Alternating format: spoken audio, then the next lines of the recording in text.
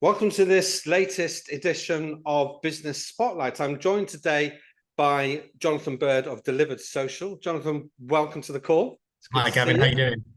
Very well, thank you. Very well. It's a lovely sunny day out there. We've both got sunlight streaming through the windows. I can see on the call. Probably the last one we're going to get for a while as well. It may well be. May well be. We always seem to think that, and then the next year comes around and we have a little bit more extra.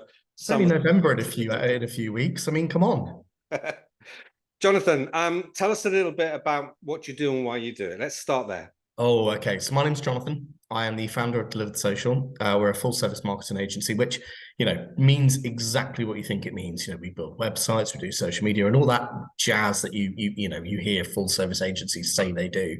But I think the other thing we do is we're the only agency in the UK that works with any charity, any size, free of charge. So we do all the usual stuff that you're used to, but our actually charity work is a big part of what we do. And I'm sure there'll be loads coming on to that when we get into the core of this subject later. But there we go. That's us. Fantastic. Thank you.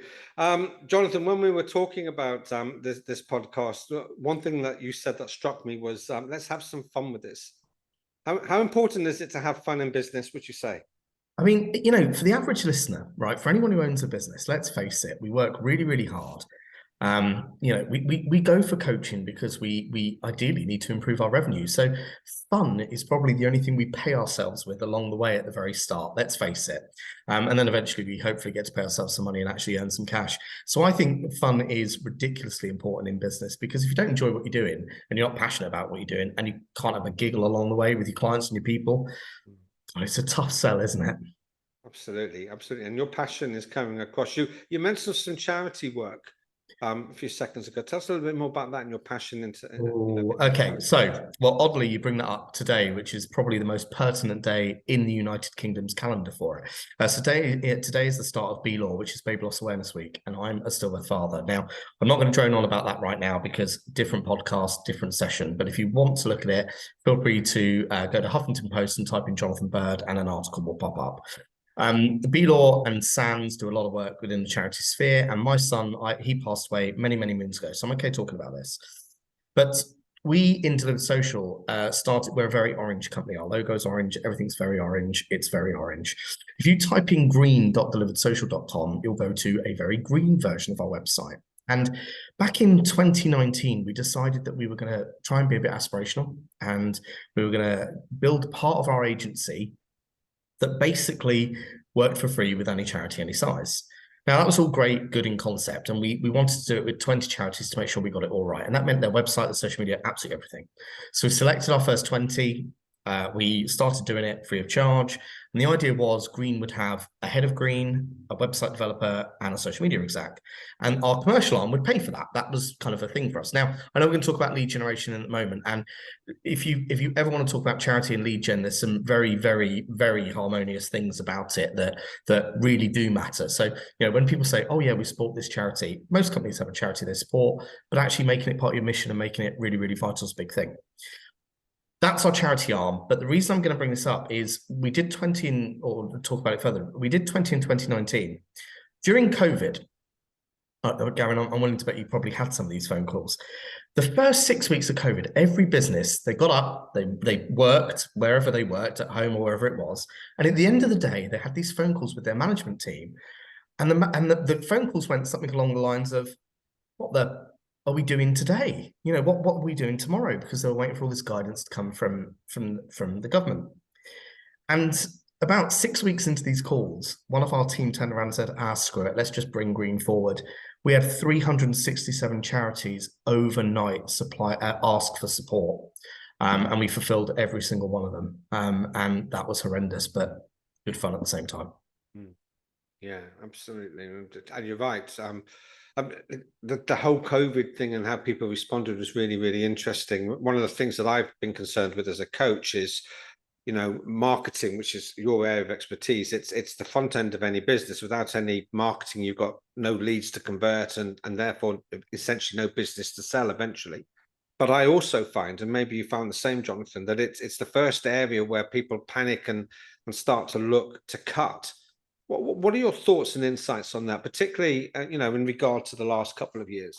Well, I think COVID was a weird spout. So I think we need to look at two of them in isolation. So with COVID, you went into this massive cut moment, and then there were grants available. So you had support grants, you had coaching grants, you had website grants.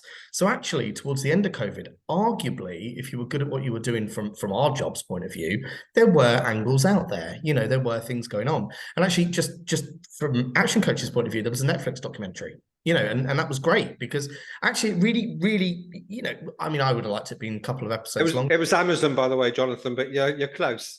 Oh, at least I brought it up.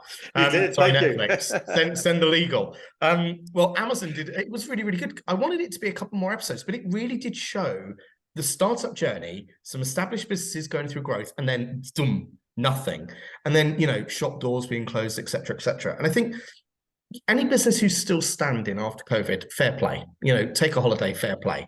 If you skip forward to where we are now, the market is tough. And there's no disputing that. You know, the average bill payer is getting harder, it's getting more work, it is, you know, and we for years we've talked about things like value-added service and doing more for your clients and things like that. And that is really still important. But you also need to just make sure you get paid and your business can function. I think now, after COVID, you've got two types of businesses. You've got the ones that they're not going to spend money on marketing. It's not going to happen. And they will drift down the scale a bit. And then you've got the medium companies or the large companies that are going, okay, time to take it seriously now. The market's getting tougher again. And they're pushing forward with some new ideas, some new incentives. And there's a lot of new things to try. But I mean, it is death if you cut your lead acquisition. I mean, we're good at what we do, you know, in my opinion, and the reviews and all that. But I look at it and go, if we genuinely cut what we do for our lead acquisition, where would we be next month? We'd be in big trouble. Yeah, it's like I call it the church syndrome. You know, that eventually the congregation are going to die out if you don't keep them refreshed and the prospects fresh. And it's interesting that you should say, you know, then when the market is getting tough, is the time to start advertising, because actually in many people's minds it's the other way around, isn't it? When the market's getting tough, they think, well, you know, we've got to save some pennies here and there. Yeah, we had a company, and this is probably more of a COVID story, but just to give you an idea of what I mean by that, because I think it's important, because people will be listening, they'll be like, well, I've got Facebook, I've got this, and I've got that. And actually, if they're not using it accurately, it really doesn't matter. So we had this phone call during COVID from one of our wedding companies, and they said, you know, the business is screwed. I said, no, it's not. I said, no, it's screwed. I said, you're a 12-year-old company. We're going to be okay. And they said, well, we've got no money coming in. We've got this or that. And I turned around and said, how about if I can guarantee you sell out years for the first 2 years you're back in business? And they said, how are we going to do that? I said, by getting a grenade and lobbing it at Facebook. They said, you what? So I said, what we're going to do is we're going to put up a post and we're going to say, tag a bride below who has lost her wedding date for the chance to win her wedding free of charge. Now, the wedding cost 15 grand, but the amount of brides under it, and all I did was contact every single one and say, we're sorry you didn't win. Here's 30% off. 2 years solid bookings. Now, you've got to be creative in those moments. You've got to kind of sit there and go, come on, let's do something good about it. Because we can't control the rest. We can control what we do. Absolutely. That's some really wise words there, Jonathan. Just talking to the converted. I think the trouble that we both have in relation to our professional careers, I'm working with businesses to try and help them build a plan, have a sense of direction. You're working with them to try and help them, you know, generate revenue and build their customer base. Is overcoming these kind of mindset traps that people often find themselves in, and it tends to be a legacy of their upbringing before they became a business owner, and the kind of mindsets that they have around money and investment and all those sort of things. Do you find that mindset features a lot in how you work with your customers in one way? In truth, more so now than ever before. So I think, Gavin, I think if you spoke to most of our customers, they think I coach them more than we do marketing now. And that's probably the reality. And I think coaches do more marketing than they ever did before. I think there's this, I really do, because lead generation and business coaching oddly are the same bloody thing sometimes. Yes, you have to have a forecast. Yes, you have to have a plan. Yes, you have to have a recruitment strategy. And it's amazing to me that people don't think, especially when they deal with coaches, things like, oh, okay, well, let's look at your recruitment strategy. Well, that's got nothing to do with my sales. Well, it kind of does. If we get the right person, guess what? Your company's or the wrong person. Yeah.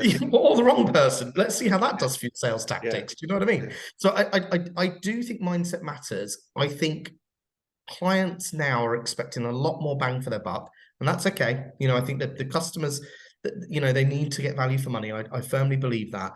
But I do think if they're educated correctly and, dare I say, sold to correctly, actually they will take the investment most of the time. There's still going to be the 5% of people that would rather have that little bit of money left in the bank for the rainy day, and that's okay.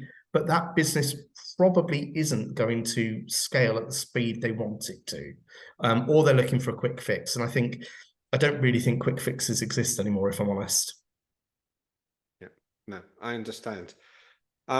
There's an awful lot of fascinating stuff in there, particularly around use of language, investment, things like that. How is it you talk about coaching your clients when you bring somebody on board? Is there a particular approach that you take to try and position them, help them understand what their journey is going to look like when they're working with you? Oh, Gavin, I think all of my clients are going to love me saying this. So we have three offices technically, but we have two in the UK, Portsmouth and Guildford. And in both of those, we have a thing called the screening room, which we do social clinics in. So we bring them in for an hour and a half. They get popcorn. We put all their stuff on the big screen, and then we make them cry and we ask them to leave. The following day, they come back and say, yes, please, can we work with you? And what we try and do is actually not sell to them, is actually educate them in what's wrong and what we can actually see. And it's amazing how many businesses have got their names spelt wrong on Google business profiles. And you just sit there and you think, would you hire you if you're a technical person? Probably not. Maybe we should fix that. And very quickly it becomes apparent that actually your style of sale is more coach, more helpful, and knowledgeable, hopefully a bit authoritative. So that seems to work quite well for us. It doesn't work for everyone, and that's okay, because for us, one of the interesting things that process does do is weeds out the people we can't actually help, because we're very direct and when we have a certain sense of humor. So, prime example today, one of our clients sent out a white paper. I sent a congratulations note, and they sent me something back saying, well, it was your idea 6 months ago. And I went, that's why I'm congratulating you. Well done for doing something. And we have that relationship where we can get away with that, but it doesn't work with everyone. It's interesting, again, you're talking about helping people qualify themselves out. And it's a key tenet of marketing as well, isn't it? Is not to be throwing resources and time at people that aren't great prospects, and to kind of develop that process to qualify themselves out. Equally in recruitment as well, qualify people out or get them to qualify themselves out. Do you know, it's interesting. The social clinics have a "we will bring anyone in" policy.